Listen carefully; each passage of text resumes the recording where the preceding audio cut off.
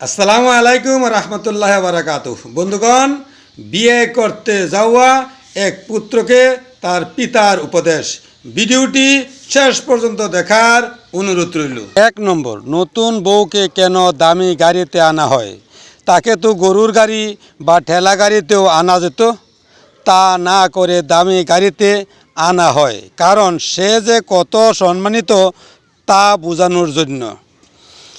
গাড়ি থেকে নামানোর পর এই সম্মান কমানো যাবে না, সারা জীবন সম্মান সহকারে তাকে রাখতে হবে। 2 নম্বর, নতুন বউ গাড়িতে উঠে কি করে জানিস? কাঁদে আর কাঁদে। কেন কাঁদে? শুধু ফেলে আসা আত্মীয় স্বজনদের জন্য না, নতুন জীবন কেমন হবে সে বয়ে কাঁদে। তোর কর্তব্য হবে গাড়ির কান্নায় যাতে তার শেষ কান্না হয়। এতপর আর মাত্র 2টো উপলক্ষে সে কাঁদবে। একটি হলো মা হওয়ার আনন্দে, আর একবার কাঁদবে তুই চলে যাওয়ার পর। মাঝখানে যত দুঃখ আসবে তুই তার চোখের পানি মুছে দিবি। 3, স্ত্রী সবচেয়ে বেশি কষ্ট পায় স্বামীর খারাপ ব্যবহারে। দেখ, আমি নিজে কত বদমেজাজি, কিন্তু কেউ বলতে পারে না যে আমি তোর মায়ের সামনে কোনো দিন উঁচু গলায় কথা বলেছি।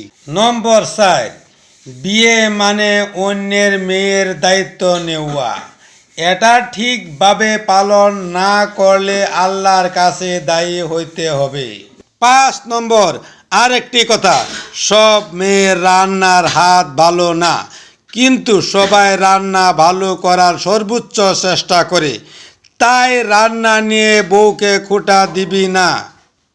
6 নম্বর, বউয়ের মা বাবাকে কখনো আমার শ্বশুর, আমার শাশুড়ি এগুলো ডাকবি না, মা বাবা ডাকবি। এগুলো ডাক কোনো মেয়ে পছন্দ করে না। তুই এগুলো ডাকলে বউও আমাদেরকেও এই ডাকে ডাকবে। তুই উনাদেরকে সম্মান না করলে সে আমাদেরকেও সম্মান করবে না, এটাই নিয়ম। আল্লাহর পাল্লা সমান, এক পাল্লায় তুই যা করবি আরেক পাল্লায় তিনি তাই রেখে 2 পাল্লার ওজন ঠিক রাখেন।